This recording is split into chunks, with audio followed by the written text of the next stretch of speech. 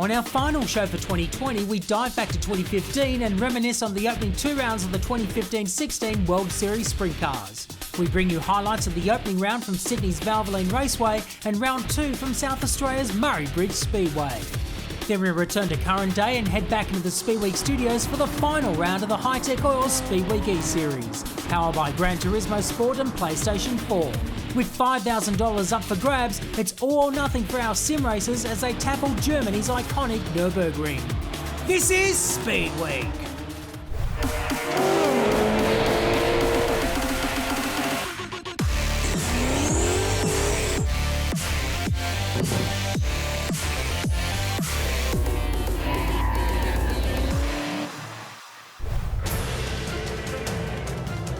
Australia's toughest road trip is back, and so too is the reigning champ. Brooke Tatnall is chasing a perfect 10th championship and a spot in sprint car immortality. But trying to stop him, the man who was so cruelly denied last summer. Throw in a couple of champions in James McFadden and Stephen Lines, and we have the most impressive driver lineup in recent history. This is NZ World Series Sprintcars, and the series opener is back in Sydney.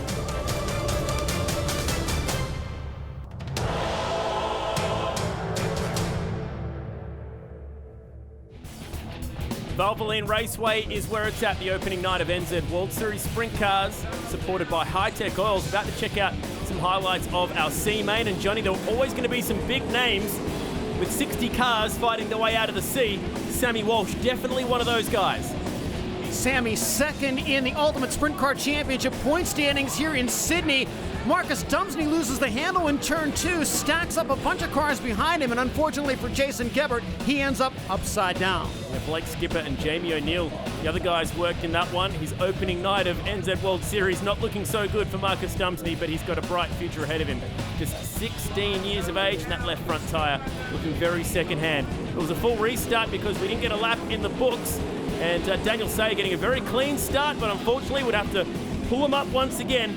This time Damien Hart and Peter O'Neill, the two drivers, hooked up.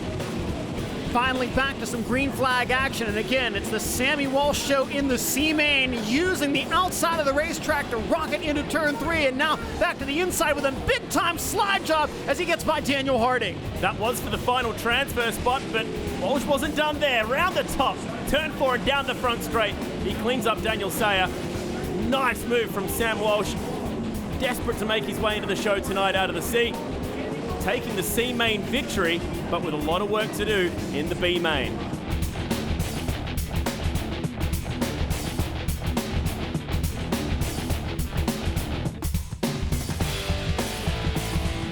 And now it's their last chance to make the show. It's the B main NZ World Series Sprint Cars, supported by High-Tech Oils. Johnny, this one's set for 15 laps. Plenty of big names, including Max Dumsney in this one. You have to finish top 6. And the driver to watch in this one also will be our C main winner, Sammy Walsh, who's going to have to come from the back of the field to try to get it done here. Ian Loudon and Max Johnston from the front row, Brad Keller, Marty Perovich, some big names coming from the back, Jordan Brazier, Grant Anderson, as we get set for 15 laps, and traffic will come into play with 18 cars out here at the start of this one. Away we go in the B. Max Johnston started outside row 1, sits that car beautifully up, right on the cushion. Perovich is around in the back straight. Oh, they all miss him. How? How did he get away with it? But there's some collateral damage. Jeremy Cross over there, Troy Little and Chad Eli. Those cars come to a stop. Perovich actually able to drive away from this one, but again, we are under caution on the opening lap of this B main. Check out a replay of how this all unfolded thanks to Motorsports TV. It was relatively clear, and Marty was in clean air, so he'll be furious with himself for this mistake. Looks like he just got off the cushion coming out of turn 2, and the car jumped around on him. Couple of 360-degree spins and able to keep going, but unfortunately, those spins are going to send him to the rear of the field. NZ World Series Sprint Cars officials deeming that a dangerous maneuver. We'll get another look at it here from a great angle in turns 3 and 4. He was facing traffic on 2 occasions. Max Dumsney, how did he peel his way through that one?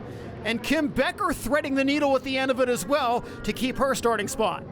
Very lucky moment for Perovic to still be taking the restart, but unfortunately he'll have to do it from the back. Set to go green once again. Ian Loudon, who has been very successful here in the past in Sydney with the pole position. Max Dumpsney straight to the cushion in 1 and 2. Max certainly not afraid to show the high side of the speedway. Grant Tunks getting a fairly good run down that back straight, as well as Max Johnston still sticking to the top. There's a bit of a cushion forming up there, as it does here in Sydney. Tunks down on the bottom of the racetrack. Strong down there. He'll take over the second position. Johnston still in third. Race leader Ian Loudon still riding the cushion. Actually, the right rear up over the cushion in turns 3 and 4 that time. Starting to see that from several of the cars in the back of the pack. The cushion is tricky, but if you can get the right rear just over it, there's still enough there before you would drop the right rear over the banking, as Max Dumpsney just did there at the end of the back straightaway. Dumpsney goes to work on a young star, and Jackson Delamont recently has won some A-mains here in Sydney, driving with a bit of confidence. Used to be contracted in World Series. Max making that top work at the moment. 56 years young and not afraid to show the younger drivers the high side of Sydney Speedway. Max Dumpsney on the move now, looking to take the 4th spot from Jackson Delamont with 10 laps to go. All those victories that he has in NZ World Series, but amazingly not many of them have come here. This track hasn't been all that kind for him in a World Series sense, as we pick up the leaders once again. It's Ian Loudon looking strong with Tunks chasing him on the bottom. Lap traffic about to come into play in this one. Loudon up over the top in turn 4. That opens up the inside. Tunks going to try to make the move there. Sammy Walsh got a glimpse of him slowing on the high side of the speedway, and we'll go to the Shannon's Insurance onboard. He's pulling this thing up, so caution flag is out, and we've got another one around at the exit of turn 4. Was that Jeremy Cross? Caught up at turn 4 by the looks of it, so caution flying once again. No, it isn't. That's actually Alex Orr. So Orr facing the wrong way, looking backwards at turn 4. But what happened to Sammy Walsh? We saw him driving the wheels off this thing. Oh, that sounded ugly. And metal bouncing down the racetrack behind him. I believe it was the inboard brake rotor that went on that car. These cars have a huge inboard brake right near the center of the rear axle, and it looks like that just absolutely went away. You can see the pieces of metal actually bouncing off the racing surface as he slowed. Goodness me. So all that aggressive driving from the C-main has caught up with him, and out of the B goes Sammy Walsh, and that'll also hurt his Ultimate Sprint Car Championship chase, as well as we get back to green flag conditions. Just 6 laps to run for Ian Loudon, the former winner of the Warrnambool Classic. Still watching. Max Dumpsney is the only driver in a transfer spot to work the high side. Brad Keller tried to go up top, got up over the cushion. It cost him big-time momentum there. Are we going to get a last-minute scramble for the final transfer spots? Loudon, Tunks, Johnston, they're locked in with Delamont. Dumpsney back in 5th, and Grant Anderson, the only man who's looking like maybe falling out of the top 6, as Dumpsney floats it around the top. Max Dumpsney around the outside of Jackson Delamont. Now he'll go back to the cushion in 1 and 2. Max versus Max now, as Johnston will have his hands full with the much more experienced Max. Sailing around the outside. We don't usually see Dumpsney doing this on the top. Usually works the bottom beautifully. Max Dumpsney is strong on the cushion here at Valvoline Raceway tonight in the Valvoline car. He'll pull side by side with Grant Tunks. They'll go into turn 3. Tunks on the inside. Max Dumpsney on the high side. Both of them gaining ground on the race leader as we come to a conclusion of this B-main. 2 to go, and Max Dumpsney's flying. He knows this Valvoline Raceway beautifully. He's proving it right now. To the top of Ian Loudon. Can he win this B-main? He's looking likely at the moment. Ian Loudon hangs onto the white flag. Ian Loudon, Dumpsney now will try the middle entering turn 1. He's got a good run out of turn 2. Max Dumpsney, just a little bobble there at the exit. Drop the right rear over the edge. That may be enough to seal it for Ian Loudon. Here's Max with one last chance to come after the number 3. No, not enough. It's Ian Loudon who takes the B-main. It was exciting. Oh, and Grant Anderson just hangs on to that final transfer spot, but Jeremy Cross got so close. A good drive after what happened at the beginning of that race from him. So the top 6 transfer through. Unlucky for guys like Sam Walsh and Brad Keller. Their night, unfortunately, is over. Opening night of NZ World Series Sprint Cars. It's been big, but finally, Johnny, it's time for the opening A-main. It's going to be Veal and Lyons off that front row. Big names out front, big names all the way through the 24-car field here as we look for 30 green flag laps to set the 2015-2016 NZ World Series Sprint Car season underway. Jamie Veal has been so strong, not only here but all across Australia already this year after a fairly successful season back in the States as well. Fair to say that the newly contracted names around him are huge. Lyons, Dillon, McFadden and Tatnall. This is going to be a massive A-main. We'll quickly get a last thought from Brian Ingerson on the infield. What about the calibre of the drivers we have coming off of the front row here for the opening round? First of all, Stephen Lyons, the South Aussie, is a former World Series Sprint Cars champion. He's had 4 race wins so far this season, none though here at Valvoline Raceway, so he's looking for his first. Then we have the Warrnambool hotshot, Jamie Veal. He has won every single A-main that he has started here at Valvoline Raceway this season. Can he keep his record unbroken? Well, we're about to find out, can't wait. It's an amazing record, Bryony, so far, and Veal, after winning the top 8 shootout, is about to lead us to the green flag for the first NZ World Series Sprint Cars A-main for season 2015-2016.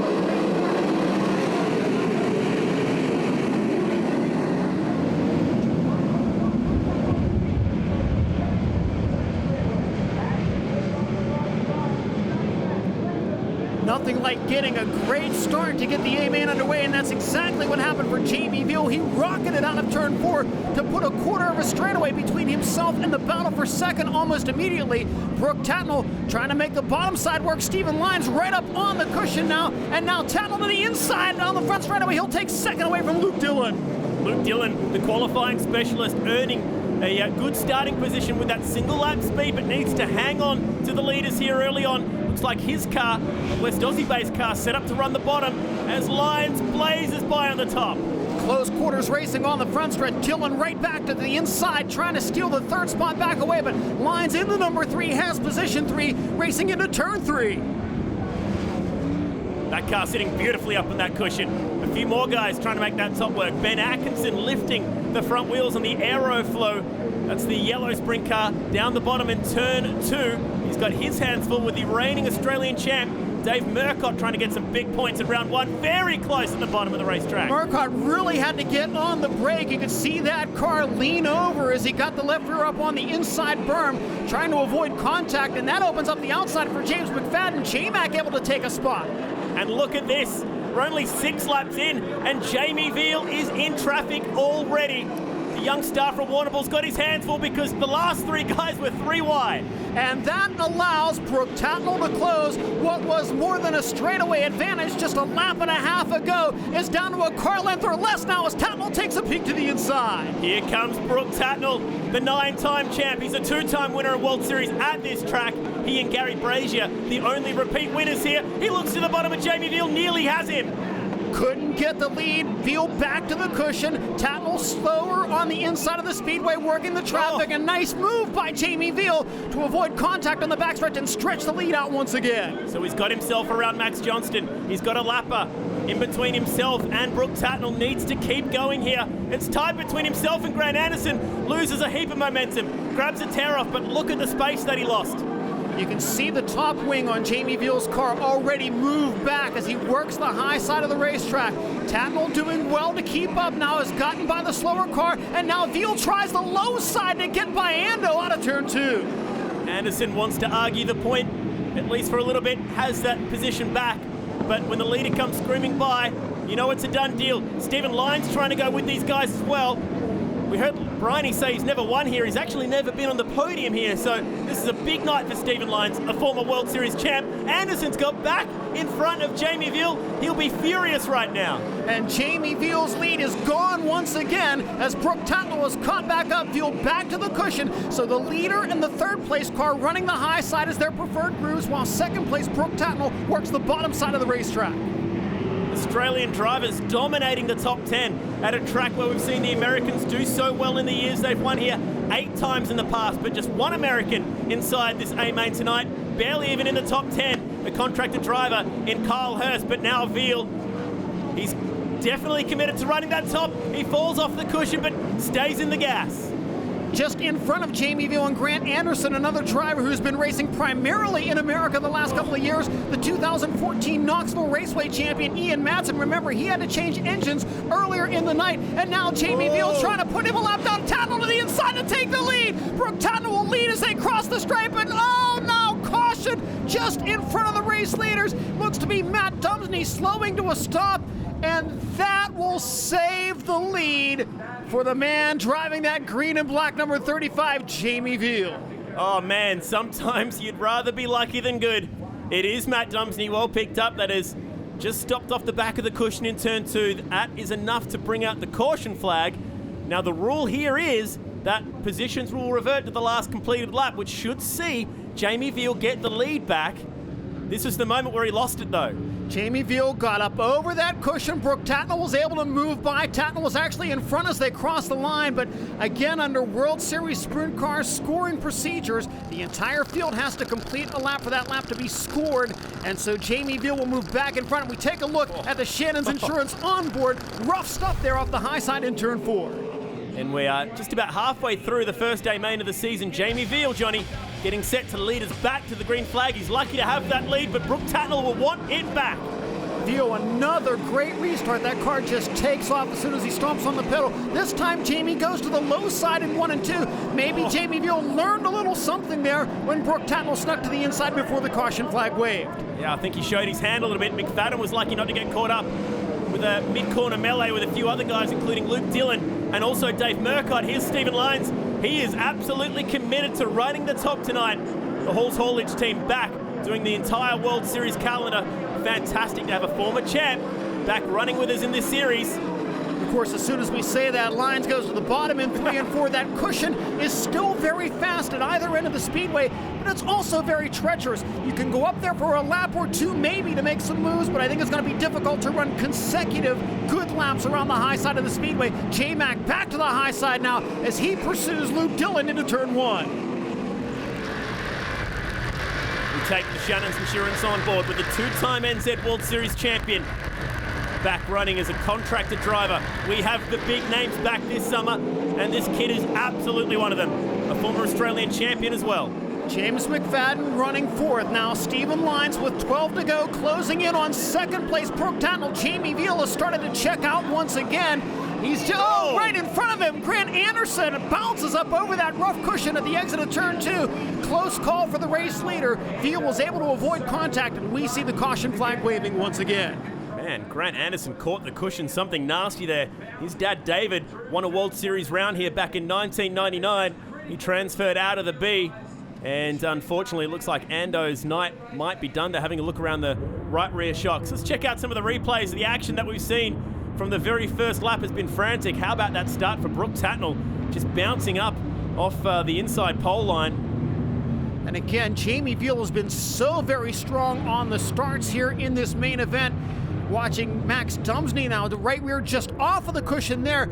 There is the cushion we're talking about, and that's how quickly it can bite a race car. You think you're up top going fast, all of a sudden you're fighting to hang on. Robbie Farr found that out at the exit of turn 4. Robbie Farr, the winner of the first ever Ultimate Sprint Car Championship race, which happened at Toowoomba Speedway. And it's been fairly clean so far. We haven't seen too much action. Once Jamie Veal caught up to traffic, the race for the lead was on, but these caution flags, I think, are probably helping Jamie out a little bit here to tick off those laps. 12 to go on the restart.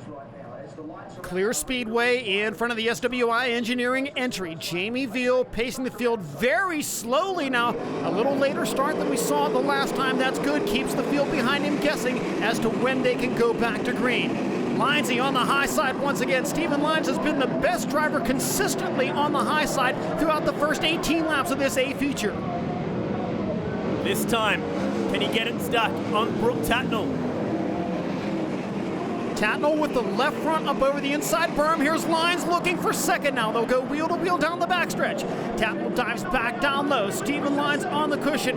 Lyons and Tatnell again side by side, and again Lyons drops over the banking on the front stretch. Gathers it back in, and this time he'll make the pass for second at the exit of turn 2. Great move. Stephen Lyons was not to be denied. It's the only track that we visit at World Series where you can go falling off the back of the cushion down the front straight and keep it together without hitting concrete. He is now in second. Tatnall stuck to that bottom. Does Stephen Lyons have enough time to try to track down race leader Jamie Veal? Tatnall not giving up, and not giving up on the bottom either. We've seen the drivers on the high side make moves for a lap or two, but again, just so tough to try to run consistently up there. And again, Lyons off the edge of the banking on the backstretch. Lyons back to the high side in 3 and 4. That right rear banging off the cushion and sending shards of clay shooting into the air. Battle for fourth.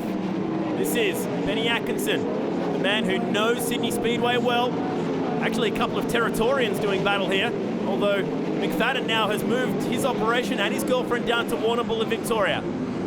J-Mac, a little bobble on the cushion there. He'll gather it back up.